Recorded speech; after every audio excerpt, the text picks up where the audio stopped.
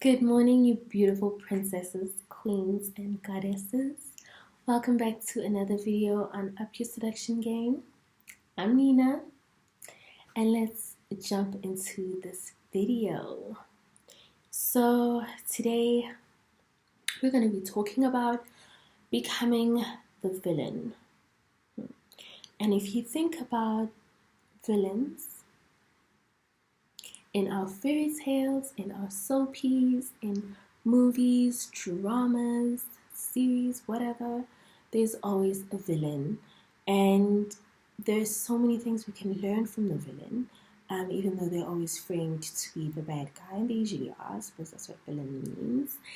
But there are also a lot of things. There's a method to their madness that we can definitely take into our journey in femininity and definitely in seduction. So today we're going to basically discuss that. So the villains I'm going to be talking about obviously are going to be the female villains. That's who we're going to be relating to. I am aware that there are male villains as well, and that's great, but we're not trying to be like male villains. We're trying to be like female villains. So the reason why we're even going to emulate villains at all is because villains usually get what they want. And it may be argued that yes, they do short-term, but long-term they pay for it. That's probably because they just keep being villainous when it's not even necessary anymore. And anything that you overdo doesn't work anyway. It's just like if you're too nice, you end up being a doormat, and that doesn't work for you, and it doesn't work for the person that you're being too nice to anyway. So don't overdo it, but there are definitely a few things you can learn from villains that will help you in this journey, because it's the dark feminine side, okay? We all have it, and there's nothing wrong with reaching into that to take certain things. We need the balance of both. And that's what seduction really is. Seduction is not being nice. Hi. That is not very seductive, but that is pretty seductive. So you need to know how to tap into it. Okay, so that's going to go into point number 1, be irresistible. So look good. Look good. Look good. You cannot be a villain and look crazy. None of the villains look crazy. None of them. They all look amazing. If you think about it, Cruella de Vil was fashionista, okay, before the word was even a word. She was on point, head to toe, irresistible. If you think about all the stepmoms, they married really up there and were always, even though they always, obviously wore those mourning clothes because their husbands had just died, but they always looked good. The person who looked crazy was the good doormat, okay? The villains always looked good, always. Walking around in her newly inherited castle, wearing her black. Gorgeous. Okay? So the reason why you want to look good is because you want to be irresistible. People have a hard time telling beautiful people no. People associate beauty with class. You can look really good and have no class, but people will still put you up there before you take yourself down by the way you talk or act. People will put you up there purely based on your looks. We've all met somebody really beautiful, male or female, really good looking, and the moment they spoke, it was like,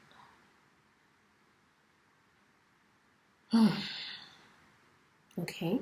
So beauty and attractiveness has a power to make you look like something you may not even be, which will either make you aspire to that or, it'll get you in the door somewhere. But Be irresistible. People have a hard time telling beautiful, attractive people no, because there's a power in your looks. I know that was so dramatic. But there's definitely a lot of power in the way that you look. You just command so much more respect. People automatically place you up there. So be irresistible. That's point number one. Point number two is be strategic about the people you keep around you.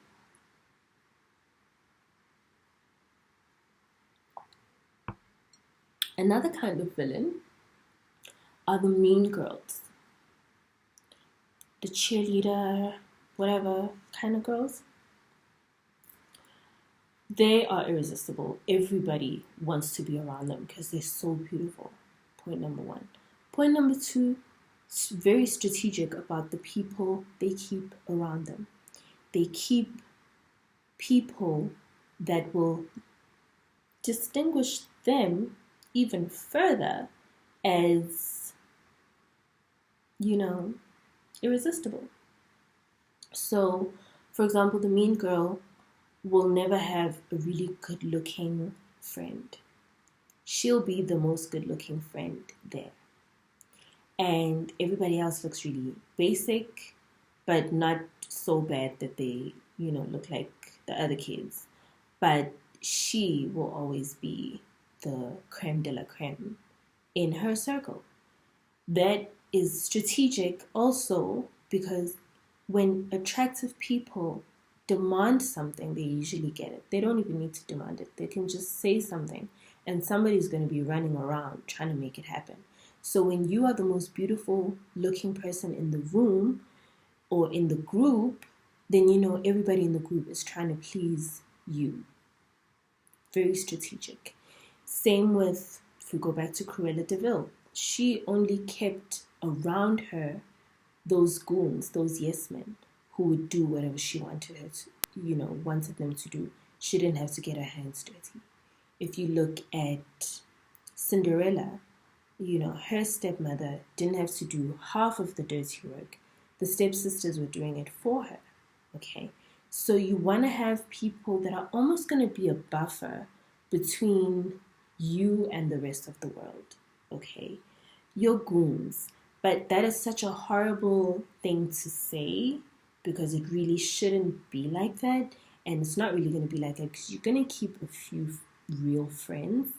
But unless people are useful to your cause, you don't want to have an excess of people around you because they will always distract you from your goal and always make you feel bad about looking really good unless they're trying to please you. Okay, so declutter the people around you and be strategic about who you actually keep because that can make or break you. If you are the most good looking and you only hang out with 2 or 3 other girls and wherever you go you're getting the attention, or even if they were to meet your boyfriend there would be no problem, or whatever the case might be, that's great. But for example, if you're just dating like me, you probably don't want to take those kind of people along with you because as beautiful as you are, you'll also be associated with them, so they wouldn't really fit in a space where you're trying to date on your own and attract the best that you can on your own. Maybe after you're already in an established relationship, you might invite them over for lunch once or twice. They're non-threatening at all, which is important because as a woman, you really don't want to be on your back foot in front of your man if you can help it. So you minimize all of those things. Just declutter because some people, not by their own doings, but just by the way that they are, if you're a solid 6 and you bring your 8.5 friend around your man, I don't know what to tell you. Don't do it. It's not because you don't trust your friend. It's not because you don't trust your man. It's because if you're not working to be a 9, you're playing yourself. This is human nature. It's not a fairy tale. Human nature is what it is. Okay. So hang out with your beautiful friends, have them as your real friends, but have them take them. Those beautiful friends are the ones that you go out with if you're trying to meet nice guys. You don't take the crazy looking friends. The crazy looking friends are the ones that you take when you are in a long term or possibly going on to serious relationship. Do you understand what I'm trying? Be strategic. Don't just be, oh, well, they're my friends. No, sis. Be strategic. Think. Okay.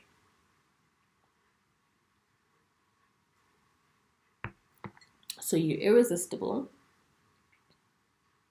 and you're strategic about who you keep around you, preferably decluttering. Because also on this journey, as you start to change, some people may feel offended. I don't know how it happens, but they do.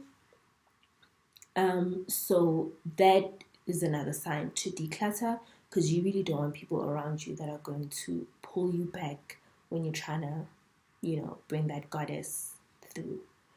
All right, then my third point is learn about the power of suggestion, or using suggestion to get your way. So sometimes you don't have to say, I want you to do 1, 2, and 3. Sometimes you just drop a hint and it sounds, and even when you do it, it feels really awkward, but it'll get you results way quicker than being straight up, especially if you follow the other points, and especially when you're dealing with a man, but it can work with anybody.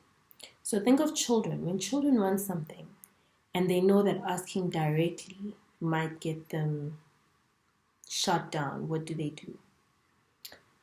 Oh, I wish I could have an ice lolly. So that your little heart just feels like, oh, if I did that little thing, I could put a smile on this little person's face, this little girl's face. I can do that. I can do an ice lolly. Whereas if she just came straight up, can I have an ice lolly? She may not have gotten it. Okay. May or may not, depending. Okay.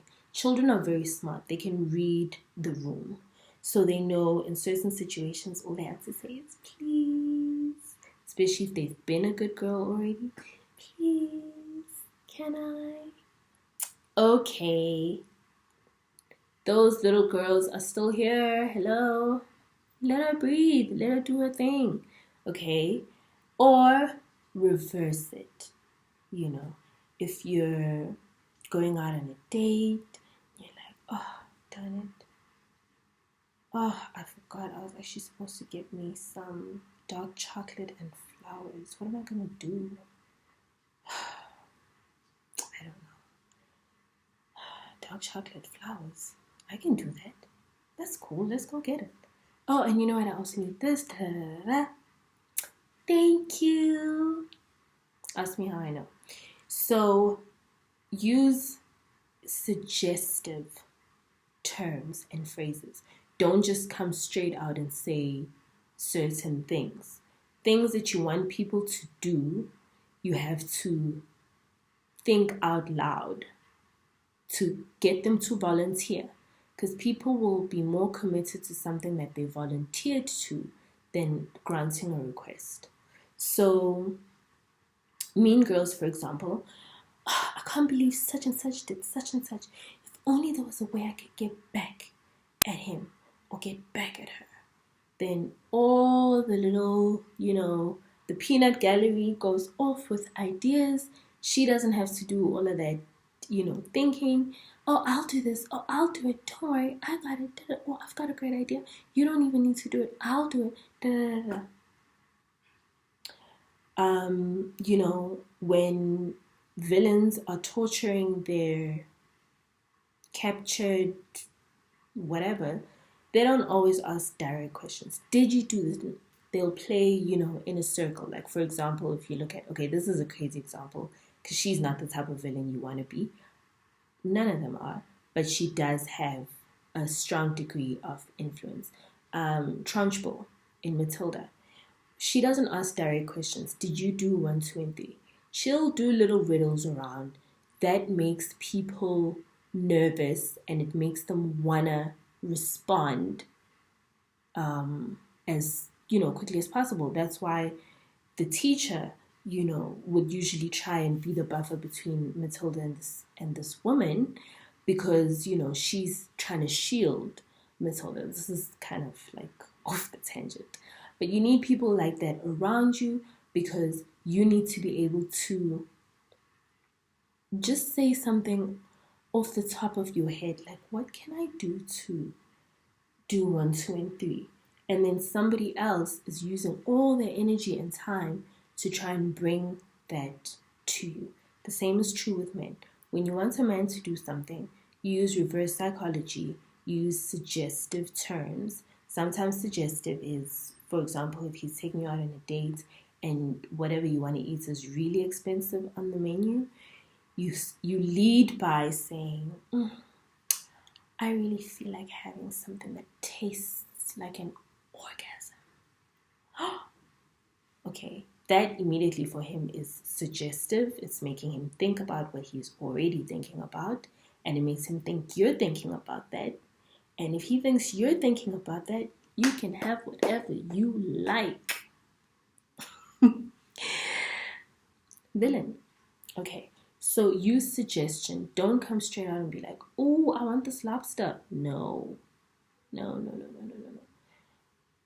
Use suggestive terms. If you want your man to take the trash out, tell him that when you took the trash out, the guy from next door offered to come and clean out your trash can if that's what you need.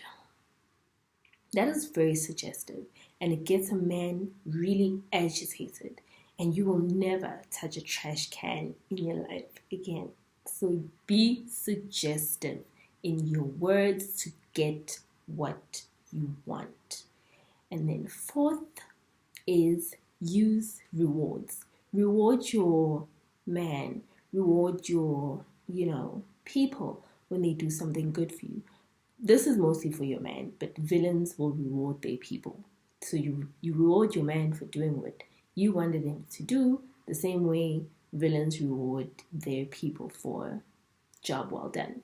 Okay? If you look at Scar, just to quickly use a man as an example, if you look at Scar, we need to do 1, 2, and 3 to get the kingdom, to get da-da-da. And did he have to do any of the hard work? Hardly. Those 3 or 4 little goons around him were like, we're here for the job. We'll do whatever. Okay. So then reward them. That's very important, because that sets the pattern. A man lives off of a pattern. If I do this, she'll probably do this. This is how a man thinks. They are always 1 or 2 steps ahead of the hand that they're playing. So you need to be the same. Reward him, because tomorrow you don't want to be talking about a trash can at all. Period. Tomorrow you want to be asking him to get you dark chocolate and flowers. He already knows that's what you're into. Now you can build on that. Now you can move on to the next thing. But if you don't reward him, you're going to keep talking about the same thing over and over. That becomes nagging. That is not seductive at all. It's very much the opposite of seduction. So you're just going to push that man away. So think like a villain. Become a bit villainous. Have strategy. Be irresistible all day as much as you can. Keep people around you that help you with your cause. Don't keep people around you that are going to deter you, and be strategic about how you play your cards. Use suggestive terms to get what you want. Understand the power of suggestion, reverse psychology, saying please, switching it up to that sweet side of you if that's what you need to get what you want. Okay, cry if you need to cry to get what you want. You didn't hear from me though. And then use rewards so that the cycle, keeps going and it goes automatically on autopilot. So you don't need to, drum this in again. Then that's how you teach the next thing that you want. So, okay, now he's gotten the whole always bring me something nice when, he comes to see me. Now we're going to take it up a notch. You start the whole process again. Revamp your look. Ooh, look better than the last 3 times he saw you. And, just have your, suggestive persona going on. And as soon as he gives into that next suggestion, reward him. Next suggestion, reward him. Okay? It sounds really bad because it's obviously a little bit villainous, but when you see that back and forth, and that's why you have to be irresistible, because that's also a way of rewarding a man. Like, I look good for you, so you'll do whatever I want. Yes. So when you do that and you put yourself up there, it just becomes so much fun. It's like a back and forth. You're doing something to tickle his fancy. He's doing something to tickle your fancy. Everybody's happy. So don't be scared to put some of these strategies to work. Let me know how they work out for you. Like, share, subscribe, comment, show me some love. And thank you so much for tuning in. Remember, you are a goddess. So treat yourself as such. Okay, that's the end of the video. Thank you so much for tuning in, and I'll see you guys next time. Bye.